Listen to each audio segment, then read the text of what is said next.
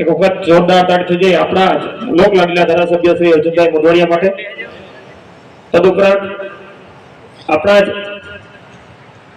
પોરબંદરનો ગૌરવ એવા પૂર્વ કેબિનેટ મંત્રી શ્રી બાબુભાઈ બોખરિયા સાહેબને પણ હું વિનંતી કરીશ કે અહીં મંચની આગળ આવે અને વિક્રમભાઈ ભીમાભાઈને પણ નમ્ર વિનંતી કરું કે એમનો સાલ ઉડાડી અને સન્માન કરે। હું નમ્ર વિનંતી કરીશ કે એમની સાલ ઉડાડી અને સન્માન કરે।